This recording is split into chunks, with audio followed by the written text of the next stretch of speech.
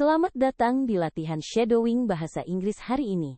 Dalam pelajaran ini, kita akan mengikuti cerita Pria Tua dan Bangkunya, kisah menyentuh tentang kesabaran, kehilangan, dan koneksi yang tak terduga. Saat kamu mendengarkan dan mengulangi setiap kalimat, fokuslah pada ritme, pelafalan, dan intonasi alami bahasa Inggris penutur asli. Cerita ini menggunakan bahasa yang lembut dan emosional, sangat cocok untuk meningkatkan kemampuan mendengar dan berbicaramu. Mari kita mulai. Dengarkan dengan seksama, dan coba ikuti setiap kalimat sebaik mungkin. Every day at exactly 3 o'clock, an old man made his slow walk down the path of Maplewood Park. Setiap hari, tepat pukul 3 sore, seorang pria tua berjalan perlahan menyusuri jalan setapak di Taman Maplewood. With a worn cane in one hand and a small paper bag in the other, he followed the same route, his steps steady but heavy, his gaze low and quiet. Dengan tongkat yang sudah usang di satu tangan dan kantong kertas kecil di tangan lainnya, dia mengikuti rute yang sama, langkahnya mantap namun berat, tatapannya rendah dan tenang. The bench waited for him beneath a great sycamore tree, its wood faded and edges chipped from years of weather and wear. It was his bench. Bangku itu menunggunya di bawah pohon sikamor besar, kayunya memudar, dan tepinya terkelupas akibat cuaca dan waktu. Itu adalah bangkunya. Everyone in the neighborhood knew it, even if they didn't know his name. No one else ever sat there. Not out of respect, but because they felt it was already occupied, even when it wasn't. Semua orang di lingkungan sekitar tahu itu, meskipun mereka tidak tahu namanya. Tidak ada orang lain yang pernah duduk di sana, bukan karena rasa hormat, tapi karena mereka merasa bangku itu sudah dihuni, bahkan saat kosong. He would sit, exhale slowly, and pull a sandwich from the paper bag. Most days, he didn't eat much of it. Dia akan duduk, menghembuskan napas pelan, dan mengeluarkan roti lapis dari kantong kertasnya. Sebagian besar hari, dia tidak banyak memakannya. He would set the other half aside, wrapped neatly in foil, and place it beside him on the bench. Then he would look out at the pond where the ducks floated lazily in the sunlight. Dia akan menyisihkan setengah bagian lainnya, dibungkus rapi dengan aluminium foil, dan meletakkannya di sampingnya di bangku. Lalu dia akan memandang ke kolam, tempat bebek-bebek mengapung malas di bawah sinar matahari. And he waited every day, for an hour, sometimes 2. But no one ever came. Dan dia menunggu. Dia menunggu setiap hari. Selama 1 jam, kadang-kadang 2. Tapi tidak pernah ada yang datang. Some said he was waiting for a friend, others believed it was for a wife long gone, some thought he had lost his mind. Ada yang bilang dia sedang menunggu seorang teman. Ada juga yang percaya dia menunggu istrinya yang telah lama tiada. Beberapa mengira dia sudah kehilangan akal. But the old man didn't seem sad, just faithful, like he believed, truly believed, that one day the person he waited for would finally show up. Tapi pria tua itu tidak tampak sedih, hanya setia. Seolah dia percaya, sungguh percaya, bahwa suatu hari orang yang dia tunggu akan benar-benar datang. Then, one ordinary Tuesday, someone did. Lalu, pada suatu hari Selasa yang biasa, seseorang benar-benar datang. A young man, mid-20s, slouched posture, earbuds in his ears, walked past. Then turned back. Seorang pemuda, sekitar 20-an, postur bungkuk, dengan earbud di telinganya, berjalan melewati, lalu berbalik kembali. The bench was half empty, the old man sitting quietly, staring into the distance. The young man hesitated. Mind if I sit? He asked, his voice tentative. Bangkunya masih setengah kosong, pria tua itu duduk diam, menatap ke kejauhan. Pemuda itu ragu-ragu. Boleh saya duduk di sini? Tanyanya dengan suara hati-hati. The old man looked up slowly, his pale blue eyes squinting in the sun. Go ahead, he said softly, shifting slightly to make room. Pria tua itu perlahan menoleh, mata biru pucatnya menyipit terkena sinar matahari. Silahkan, katanya lembut, sedikit bergeser memberi ruang. The young man sat, pulling out his phone. Silence stretched between them. The breeze rustled through the tree above. Pemuda itu duduk, mengeluarkan ponselnya. Keheningan membentang di antara mereka. Angin berdesir melewati pohon di atas mereka. After a few minutes, the young man spoke again. You come here every day, huh? Beberapa menit kemudian, pemuda itu kembali berbicara. Kakek datang ke sini setiap hari ya? I do, the old man replied. Waiting for someone? There was a pause, then a small nod. Yes. Iya, jawab pria tua itu. Menunggu seseorang? Ada jeda. Lalu anggukan kecil. Iya. The young man didn't pry further, but he didn't leave either. Pemuda itu tidak bertanya lebih jauh. Tapi dia juga tidak pergi. The next day, he came back. And the day after that. Keesokan harinya, dia kembali. Dan hari setelahnya juga. His name was Daniel. He worked nearby at a bookstore and had started walking through the park during lunch breaks. Namanya Daniel. Dia bekerja di dekat situ, di sebuah toko buku, dan mulai berjalan melewati taman saat istirahat makan siang. Something about the old man had drawn him in. Something peaceful, something grounded, and strangely, something lonely. Ada sesuatu dari pria tua itu yang menariknya, sesuatu yang damai, kokoh, dan anehnya, juga sepi. Do you mind if I bring coffee tomorrow? Daniel asked one day. Boleh saya bawa kopi besok? Tanya Daniel suatu hari. The old man chuckled. Only if you let me bring the sandwiches. Pria tua itu tertawa pelan. Asal kamu biarkan saya bawa roti lapisnya. And so it became a habit. Coffee and sandwiches. Stories and silence. Maka itu menjadi kebiasaan. Kopi dan roti lapis. Cerita dan keheningan. They talked about birds, the weather, the way the seasons had changed. Mereka bicara tentang burung, cuaca, perubahan musim. But Daniel still didn't know who the old man was waiting for. Tapi Daniel masih belum tahu siapa yang sedang ditunggu oleh pria tua itu. One cloudy afternoon, rain threatening in the distance, Daniel finally asked, May I ask, who is it you're waiting for? Suatu sore yang mendung, dengan ancaman hujan di kejauhan, Daniel akhirnya bertanya, Boleh saya tanya, siapa yang sedang kakek tunggu? The old man looked at him, his gaze far away, like it traveled through time before reaching the present. Pria tua itu menatapnya, pandangannya jauh, seolah menembus waktu sebelum sampai ke masa kini. My daughter, he said quietly. Her name was Lily. Daniel's heart ached at the word was. Putriku, katanya pelan, namanya Lily. Hati Daniel terasa perih saat mendengar kata, namanya adalah. She died in a car accident. 12 years ago. He swallowed hard. She was running late to meet me. We were supposed to have lunch. Right here, on this bench. Dia meninggal dalam kecelakaan mobil. 12 tahun lalu. Dia menelan ludah dengan susah payah. Dia terlambat datang. Kami seharusnya makan siang. Di sini. Di bangku ini. Daniel said nothing, letting the words breathe. Daniel tidak berkata apa-apa, membiarkan kata-kata itu mengalir. She was 24, so full of life, bright, stubborn, always smiling. Dia berumur 24.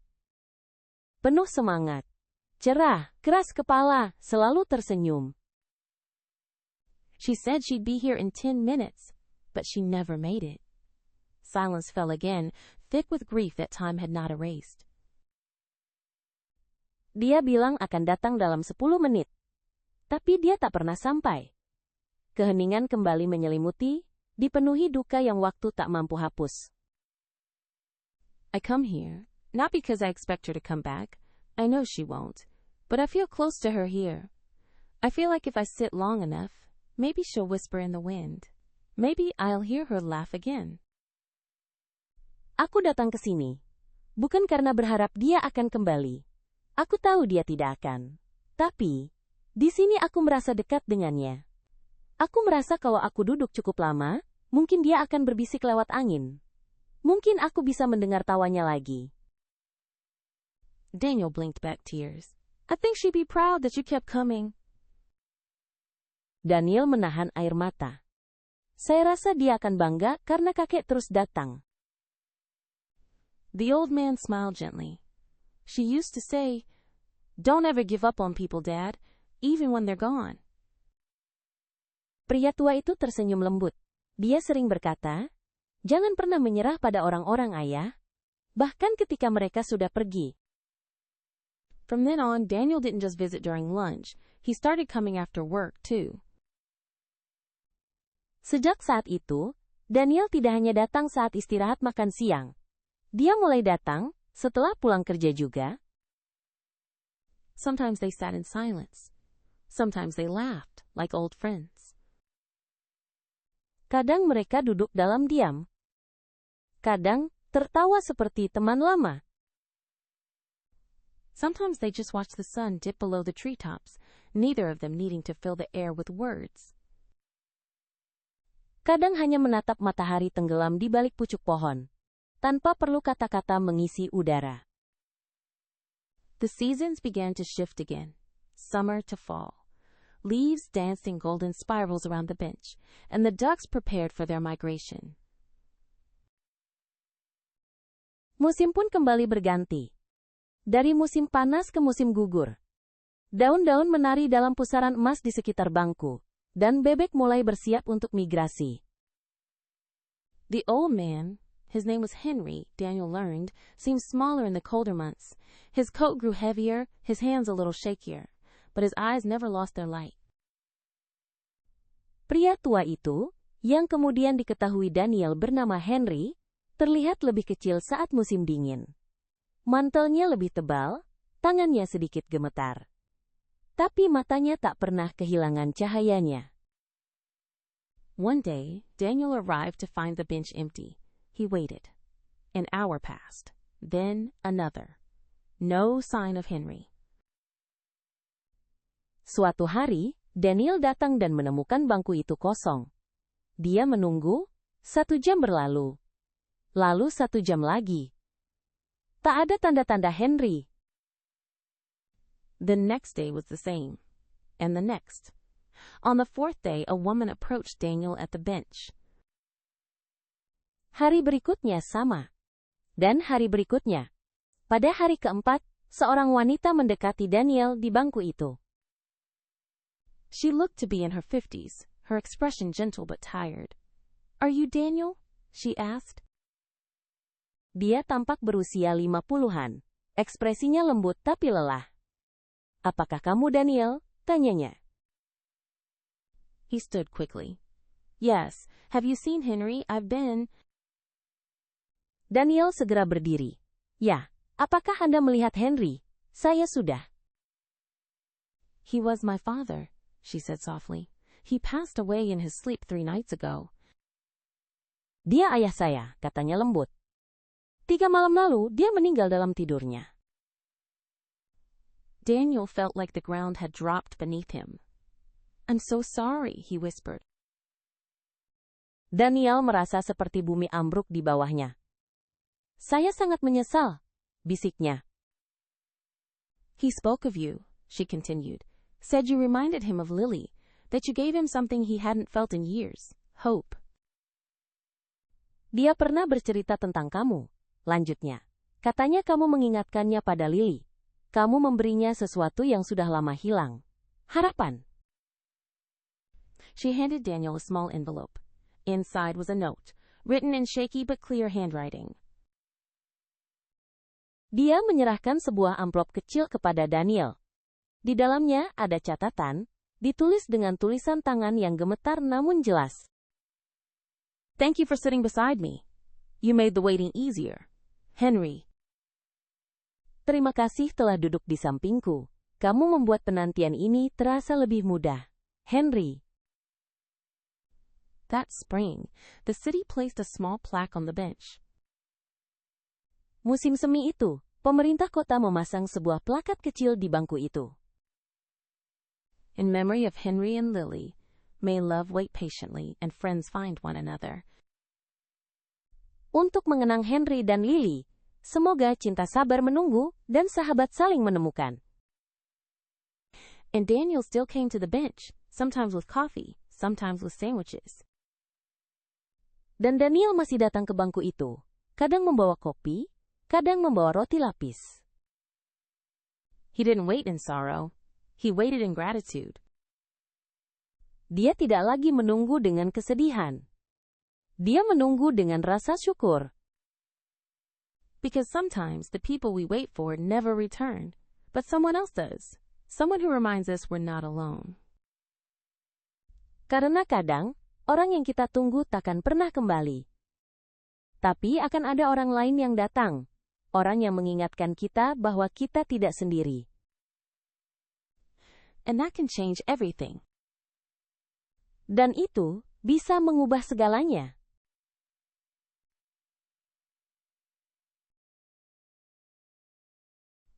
Every day, at exactly 3 o'clock, an old man made his slow walk down the path of Maplewood Park. With a worn cane in one hand and a small paper bag in the other, he followed the same route. His steps steady but heavy, his gaze low and quiet. The bench waited for him beneath a great sycamore tree, its wood faded and edges chipped from years of weather and wear. It was his bench. Everyone in the neighborhood knew it, even if they didn't know his name.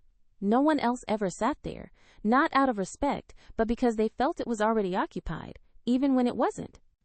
He would sit, exhale slowly, and pull a sandwich from the paper bag. Most days he didn't eat much of it. He would set the other half aside, wrapped neatly in foil, and place it beside him on the bench. Then he would look out at the pond where the ducks floated lazily in the sunlight. And he waited every day, for an hour, sometimes 2. But no one ever came. Some said he was waiting for a friend, others believed it was for a wife long gone, some thought he had lost his mind. But the old man didn't seem sad. Just faithful. Like he believed, truly believed, that one day the person he waited for would finally show up. Then, one ordinary Tuesday, someone did. A young man, mid-20s, slouched posture, earbuds in his ears, walked past, then turned back. The bench was half empty, the old man sitting quietly, staring into the distance. The young man hesitated. "Mind if I sit?" he asked, his voice tentative. The old man looked up slowly, his pale blue eyes squinting in the sun. "Go ahead," he said softly, shifting slightly to make room. The young man sat, pulling out his phone, silence stretched between them. The breeze rustled through the tree above. After a few minutes, the young man spoke again. "You come here every day, huh?" "I do," the old man replied. "Waiting for someone?" There was a pause, then a small nod. "Yes." The young man didn't pry further. But he didn't leave either. The next day, he came back. And the day after that. His name was Daniel. He worked nearby, at a bookstore, and had started walking through the park during lunch breaks. Something about the old man had drawn him in. Something peaceful, something grounded, and strangely, something lonely. "Do you mind if I bring coffee tomorrow?" Daniel asked one day. The old man chuckled. "Only if you let me bring the sandwiches." And so it became a habit. Coffee and sandwiches, stories and silence. They talked about birds, the weather, the way the seasons had changed. But Daniel still didn't know who the old man was waiting for. One cloudy afternoon, rain threatening in the distance, Daniel finally asked, "May I ask, who is it you're waiting for?" The old man looked at him, his gaze far away, like it traveled through time before reaching the present. "My daughter," he said quietly, Her name was Lily. Daniel's heart ached at the word was. She died in a car accident 12 years ago. He swallowed hard. She was running late to meet me. We were supposed to have lunch right here on this bench. Daniel said nothing, letting the words breathe. She was 24, so full of life, bright, stubborn, always smiling. She said she'd be here in 10 minutes, but she never made it. Silence fell again, thick with grief that time had not erased. I come here, not because I expect her to come back. I know she won't, but I feel close to her here. I feel like if I sit long enough, maybe she'll whisper in the wind. Maybe I'll hear her laugh again. Daniel blinked back tears. I think she'd be proud that you kept coming. The old man smiled gently. She used to say, "Don't ever give up on people, Dad, even when they're gone." From then on, Daniel didn't just visit during lunch. He started coming after work, too. Sometimes they sat in silence. Sometimes they laughed like old friends. Sometimes they just watched the sun dip below the treetops, neither of them needing to fill the air with words. The seasons began to shift again. Summer to fall. Leaves danced in golden spirals around the bench, and the ducks prepared for their migration. The old man, his name was Henry, Daniel learned, seemed smaller in the colder months. His coat grew heavier, his hands a little shakier, but his eyes never lost their light. One day Daniel arrived to find the bench empty. He waited. An hour passed, then another. No sign of Henry. The next day was the same. And the next. On the fourth day, a woman approached Daniel at the bench. She looked to be in her 50s, her expression gentle but tired. "Are you Daniel?" she asked. He stood quickly. "Yes. Have you seen Henry? He was my father," she said softly. "He passed away in his sleep 3 nights ago." Daniel felt like the ground had dropped beneath him. "I'm so sorry," he whispered. "He spoke of you," she continued. "Said you reminded him of Lily, that you gave him something he hadn't felt in years. Hope." She handed Daniel a small envelope. Inside was a note, written in shaky but clear handwriting. "Thank you for sitting beside me. You made the waiting easier. Henry?" That spring, the city placed a small plaque on the bench. "In memory of Henry and Lily, may love wait patiently and friends find one another." And Daniel still came to the bench, sometimes with coffee, sometimes with sandwiches. He didn't wait in sorrow. He waited in gratitude. Because sometimes the people we wait for never return, but someone else does. Someone who reminds us we're not alone. And that can change everything. Kerja bagus, kamu telah menyelesaikan latihan shadowing untuk pria tua dan bangkunya. Saat kamu menirukan kalimat-kalimat tadi, kamu tidak hanya mengulang kata-kata, kamu juga merasakan kisahnya dalam bahasa Inggris. Teruslah berlatih, dan kamu akan menjadi lebih percaya diri, lebih lancar, dan lebih ekspresif. Kalau kamu menyukai latihan ini, jangan lupa untuk like, subscribe, dan nyalakan lonceng agar kamu tidak ketinggalan cerita baru. Tulis komentarmu di bawah. Siapa karakter favoritmu? Apakah cerita ini menyentuh hatimu? Dan bagikan video ini kepada teman-teman yang juga belajar bahasa Inggris. Mari kita terus berkembang bersama. Satu cerita, satu kalimat, satu langkah maju.